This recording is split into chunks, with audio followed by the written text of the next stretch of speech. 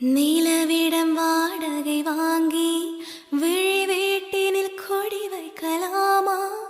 நாம் வாழும் வீட்டுக்குள் வேறாரும் வந்தாலே தகுமா? தேன்மழை தேக்குக்கு நீதான் உந்தன் தோள்களில் இடம் தரலாமா? நான் சாயும் தோள் மேல் வேறாரும் சாய்ந்தாலே தகுமா? நீரும் செம்பொலச் சேரும் கலந்தது போலே கலந்தவர் நான். முன்பே வாய் அன்பே வா, ஊனே வா, உயிரே வா. நானா கேட்டேன் என்னை நானே, நானியா